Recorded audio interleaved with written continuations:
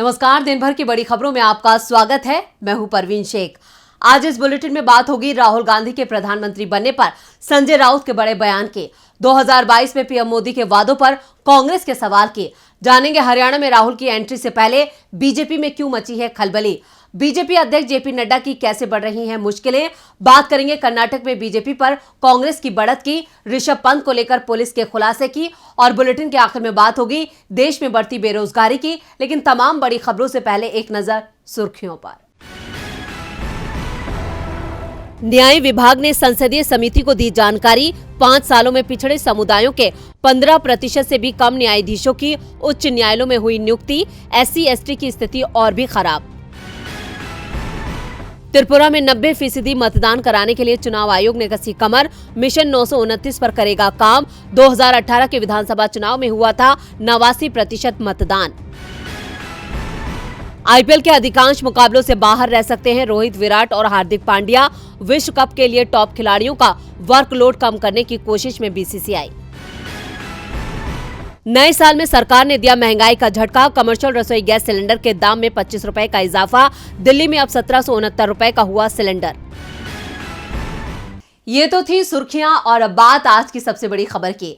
बिहार के मुख्यमंत्री नीतीश कुमार के बाद शिवसेना सांसद संजय राउत ने राहुल गांधी को लेकर बड़ा बयान दिया है। संजय राउत ने आज दावा किया कि पिछले साल राहुल के नेतृत्व को एक नई आभा और चमक मिली, जो आगे भी अगर जारी रहती है तो 2024 में देश की राजनीति में बड़ा बदलाव होगा। देखते हैं ये रिपोर्ट। राहुल गांधी आजकल हर रोज खबरों में छाए रहते हैं।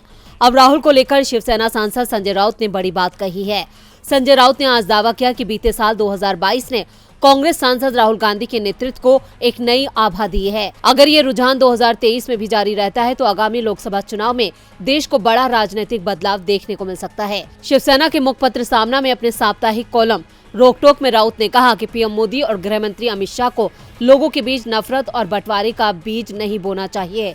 उन्होंने कहा कि राम मंदिर का मुद्दा अब सुलझा लिया गया है, इसलिए इस पर अब वोट नहीं मांगा जा सकता। इसलिए लव जिहाद को हथियार बनाया जा रहा है और हिंदुओं के मन में डर पैदा करने की कोशिश की जा रही है। हिंदुओं को जगाना बीजेपी का एजेंडा है, लेकिन इसका मतलब समाज में नफरत और विभाजन पैदा किया जाए, ये नहीं है। संजय राउत ने कहा कि श्रद्धा वाकर और तुनिशा शर्मा के मामले लव जिहाद नहीं थे।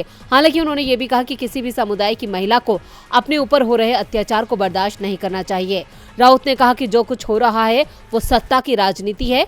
उम्मीद है कि राहुल गांधी की यात्रा सफल होगी और अपने उद्देश्य को हासिल करेगी और 2023 में देश भय मुक्त होगा। राउत ने आगे कहा कि पीएम मोदी कहते हैं कि हमें संकीर्ण मानसिकता से दूर रहने की जरूरत है, लेकिन तथ्य यह है कि इस तरह का रवैया बीजेपी शासन में बड़ा है।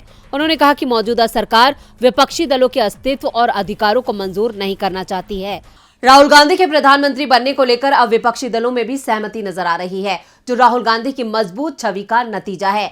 नतीजे तो अब मोदी सरकार को भी भुगतने पड़ सकते हैं। इस साल 9 राज्यों में विधानसभा चुनाव हैं, लेकिन मोदी सरकार ने 2022 में कई बड़े वादे किए थे जो अब तक पूरे नहीं हुए हैं और 2022 बीत चुका है। तो क्या मोदी सरकार की उल्टी गिनती शुरू हो गई है? देखते हैं ये रिपोर्ट। राहुल गांधी की भारत जोड़ो यात्रा से बीजेपी बैकफुट पर है, तो वहीं यात्रा ने कांग्रेस में एक नया जोश भर दिया है।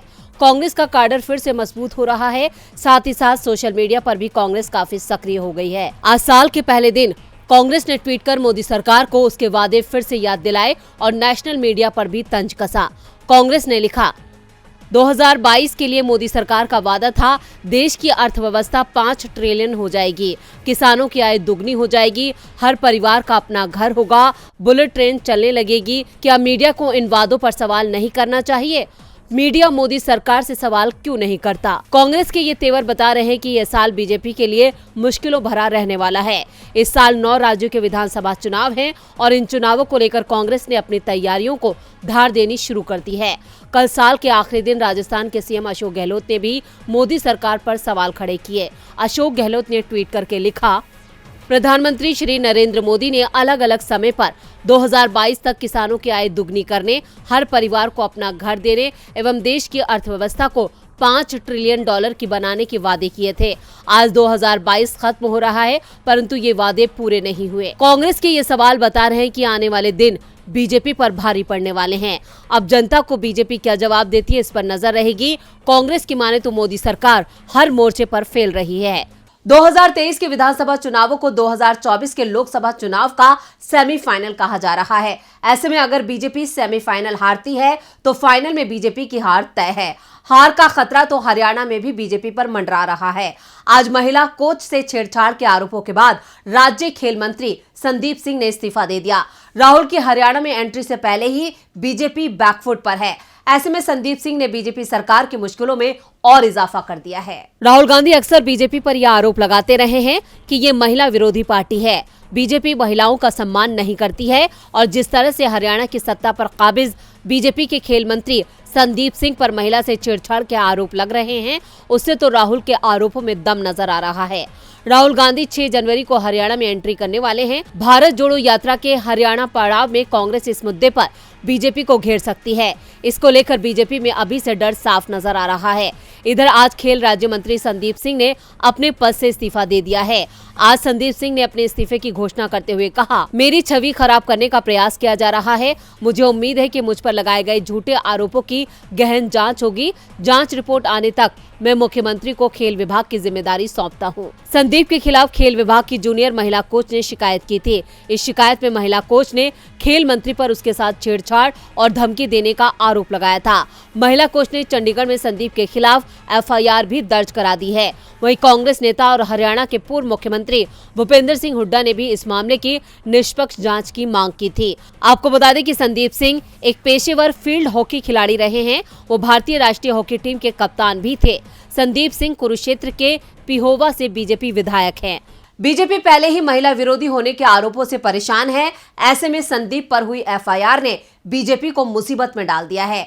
मुसीबत में तो बीजेपी के राष्ट्रीय अध्यक्ष जेपी नड्डा भी दिख रहे हैं। नड्डा का कार्यकाल 20 जनवरी को खत्म हो रहा है और खबरों की माने तो उनके कार्यकाल को अब आगे नहीं बढ़ाया जाएगा। तो क्या है इसकी वजह, देखते हैं ये रिपोर्ट। बीजेपी के राष्ट्रीय अध्यक्ष जेपी नड्डा का कार्यकाल इसी महीने 20 जनवरी को समाप्त हो रहा है। पहले संकेत मिल रहे थे कि नड्डा के कार्यकाल को 1 साल का विस्तार दिया जा सकता है, लेकिन हिमाचल में बीजेपी को मिली हार ने सभी समीकरण बदल दिए हैं। हिमाचल जेपी नड्डा का गृह राज्य है और विधानसभा चुनाव में बीजेपी के लिए रणनीति जेपी नड्डा ने ही तैयार की थी। ऐसे में हार के लिए उन्हें ही जिम्मेदार माना जा रहा है। इस बीच केंद्रीय मंत्रिमंडल में बड़े बदलाव की सुगबुगाहट भी शुरू हो गई है। 15 जनवरी के बाद कभी भी पीएम मोदी केंद्रीय मंत्रिमंडल में बड़ा बदलाव कर सकते हैं और इस बार भी लगभग 1 दर्जन लोगों को मंत्री बनाया जा सकता है और इन संभावित मंत्रियों की सूची में जेपी नड्डा का नाम भी बताया जा रहा है। नड्डा को अध्यक्ष पद से हटाकर केंद्र में मंत्री बनाया जा सकता है। मोदी सरकार के पहले कार्यकाल में भी नड्डा कैबिनेट मंत्री थे। दूसरे कार्यकाल में उन्हें मंत्री पद नहीं मिला था, लेकिन इसके बदले उन्हें बीजेपी का राष्ट्रीय अध्यक्ष पद मिल गया था। लेकिन अब नड्डा के हाथ से अध्यक्ष पद जाता दिखाई दे रहा है।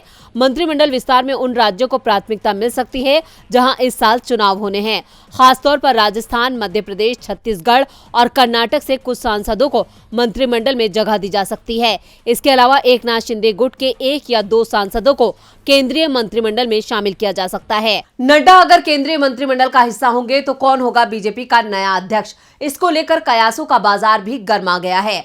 कयास तो ये भी लग रहे हैं कि इस बार कर्नाटक में कांग्रेस बहुमत के साथ अपनी सरकार बनाने जा रही है। कांग्रेस के इंटरनल सर्वे में ये बात सामने आई है। तो क्या इस बार कर्नाटक में होगा कांग्रेस का राज? देखते हैं ये रिपोर्ट। कर्नाटक में इसी साल अप्रैल मई में विधानसभा चुनाव होने हैं। राहुल गांधी की भारत जोड़ो यात्रा के बाद से ही प्रदेश में कांग्रेस के पक्ष में माहौल दिखाई दे रहा है, तो बीजेपी के खिलाफ सत्ता विरोधी लहर महसूस हो रही है। साथ ही जी जनार्दन रेड्डी के अलग दल बनाने का नुकसान भी बीजेपी को होता दिख रहा है। इन सब के बीच कांग्रेस को मल्लिकार्जुन खड़गे के पार्टी अध्यक्ष बनने का फायदा मिलता दिख रहा है। कर्नाटक मल्लिकार्जुन खड़गे का गृह राज्य है। ऐसे में राज्य का अधिकांश दलित समुदाय कांग्रेस के पक्ष में दिखाई दे रहा है। कांग्रेस ने उम्मीदवार चयन की कोशिशें भी शुरू कर दी हैं और साथ ही इसे लेकर सर्वे भी कराया गया है। कांग्रेस के इंटरनल सर्वे ने पार्टी को खुश होने का मौका दिया है। दावा किया जा रहा है कि पिछले 6 महीने में कांग्रेस का ग्राफ ऊपर चढ़ा है। भारत जोड़ो यात्रा से कांग्रेस को बूस्ट मिला है तो बीजेपी का नुकसान बढ़ता जा रहा है। कांग्रेस के सर्वे में पार्टी को 224 सदस्य कर्नाटक विधानसभा में 110 सीटें मिलने का अनुमान है, जबकि जेडीएस को 32 और बीजेपी को सिर्फ 70 सीटें मिलने का अनुमान लगाया गया है। यानी चुनाव के बाद अगर जेडीएस और बीजेपी हाथ भी मिला लेते हैं तो दोनों मिलकर भी कांग्रेस से पीछे ही रह जाएंगे। कांग्रेस नेताओं का दावा है कि चुनाव तक स्थिति कांग्रेस के पक्ष में और साफ होगी और पार्टी 130 से ज्यादा 14 सीटों पर जीत दर्ज करेगी। शिव कुमार का दावा है कि इस बार जनता खंडित जनादेश नहीं देगी। कांग्रेस के पक्ष में जनादेश आएगा, यह अभी से दिखाई दे रहा है। इसलिए ऑपरेशन लोटस के फिर से होने की राज्य में कोई संभावना नहीं है। कर्नाटक में राहुल की यात्रा से कांग्रेस की काया पलट हुई है। कांग्रेस अभी से अपनी जीत की तैयारी में जुट गई है। अब बात ऋषभ पंत के एक्सीडेंट की, जिसमें पुलिस ने आज साफ कहा कि इस दुर्घटना में क्रिकेटर ऋषभ पंत की कोई गलती नहीं है। उनकी कार ओवर स्पीड नहीं थी। और क्या कुछ कहा पुलिस ने, देखते हैं ये रिपोर्ट। क्या नशे में गाड़ी चला रहे थे ऋषभ पंत? क्या तेज रफ्तार में थी पंत की गाड़ी? क्या है हादसे की असली वजह? जब से क्रिकेटर की गाड़ी हादसे का शिकार हुई है, तब से ये सवाल लगातार उठाए जा रहे हैं। वहीं अब उत्तराखंड पुलिस का बड़ा बयान सामने आया है। पुलिस ने बताया कि पंत ना तो शराब पीकर गाड़ी चला रहे थे और ना ही उनकी कार की गति बहुत तेज थी। हादसे के सीसीटीवी फुटेज में दिख रहा है कि कार रुड़की के नजदीक डिवाइडर से टकरा गई। हरिद्वार के एसएसपी अशोक कुमार ने बताया कि हमने यूपी बॉर्डर से लेकर दुर्घटना स्थल तक का स्पीड कैमरा चेक करवाया, लेकिन ऋषभ पंत की कार ने कहीं भी स्पीड लिमिट क्रॉस नहीं की थी। ऋषभ पंत की गाड़ी की स्पीड 200 किलोमीटर प्रति घंटा बताई जा रही है, लेकिन कोई शराब पीकर 200 किलोमीटर प्रति घंटा की स्पीड से दिल्ली से गाड़ी चलाकर आ रहा होता तो इससे पहले भी हादसा हो सकता था। एसएसपी अशोक ने कहा कि पंत की गाड़ी के साथ हादसा नारसन के पास हुआ। उनकी गाड़ी ने कहीं भी स्पीड लिमिट को पार नहीं किया था। नेशनल हाईवे पर स्पीड 80 किलोमीटर प्रति घंटा है। पंत इस स्पीड लिमिट में ही गाड़ी चला रहे थे। अब जहां एक तरफ पुलिस अफवाहों को खारिज कर रही है, तो वहीं दूसरी तरफ उत्तराखंड के डीजीपी अशोक कुमार ने कहा था कि पंत को नींद आ गई थी, इस वजह से यह हादसा हुआ। अब कार हादसे को लेकर लगातार कई बयान सामने आ रहे हैं। अब ये जांच के बाद ही साफ हो पाएगा कि हादसे की असली वजह क्या थी। और बुलेटिन के आखिर में बात देश में बढ़ती बेरोजगारी की। केंद्र में जब से मोदी सरकार बनी है, तभी से हर जगह गिरावट दिखाई दे रही है। सिर्फ महंगाई और बेरोजगारी ही बढ़ती दिख रही है और बेरोजगारी दर लगातार उच्च स्तर पर बनी हुई है। दिसंबर महीने के खत्म होते ही जो आंकड़े सामने आए हैं, उन्होंने अब मंदी का डर भी दिखा दिया है। क्या देश में आने वाली है आर्थिक मंदी? विकास दर पर ब्रेक लगा हुआ है। ये ऊपर जाने की जगह ये नीचे की ओर आ रही है। लोगों को रोजगार नहीं मिल रहा है। साल के पहले दिन centre for monitoring Indian economy की जो रिपोर्ट सामने आई है, उसमें साफ हुआ है कि नौकरी मिलने की जगह हाथ से निकल रही है। CMIE की ओर से जारी डेटा में बताया गया कि दिसंबर में देश में बेरोजगारी की दर 8.30% हो गई है। नवंबर में ये 8% थी, यानी एक महीने में इसमें 0.30% का इजाफा हुआ है। बेरोजगारी की दर पिछले 16 महीने में सबसे ज्यादा है। इससे मंदी की आहट बताया जा रहा है, क्योंकि रोजगार को लेकर सबसे बड़ा झटका शहरों में लगा है। यहाँ बेरोजगारी दर 2 अंकों में पहुंच गई है। नवंबर में शहरी बेरोजगारी दर 8.96% थी, जो बढ़कर 10.09% हो गई। ग्रामीण क्षेत्र से जरूर थोड़ी राहत की खबर आई है। यहाँ बेरोजगारी दर 7.55% से घटकर 7.44% हो गई है। यानी एक बार फिर ग्रामीण अर्थव्यवस्था पर ही भारत को भरोसा दिखाई दे रहा है। कोरोना के समय पर भी ग्रामीण अर्थव्यवस्था ने ही भारत की जीडीपी को संभाला था। बेरोजगारी बढ़ने को लेकर विपक्ष भी मोदी सरकार पर निशाना साध रहा है। कांग्रेस नेता राहुल गांधी तो बढ़ती महंगाई और घटते रोजगार को लेकर भारत जोड़ो यात्रा ही निकाल रहे हैं। कांग्रेस सरकार पर दबाव बना रही है कि वो अपनी नीतियों को बदले और आम जनता को राहत दे, लेकिन साल के पहले ही दिन रोजगार के जो आंकड़े आए हैं, उससे चिंता और बढ़ गई है। तो आज इस बुलेटिन में बस इतना ही। देखते रहिए DB लाइव। नमस्कार।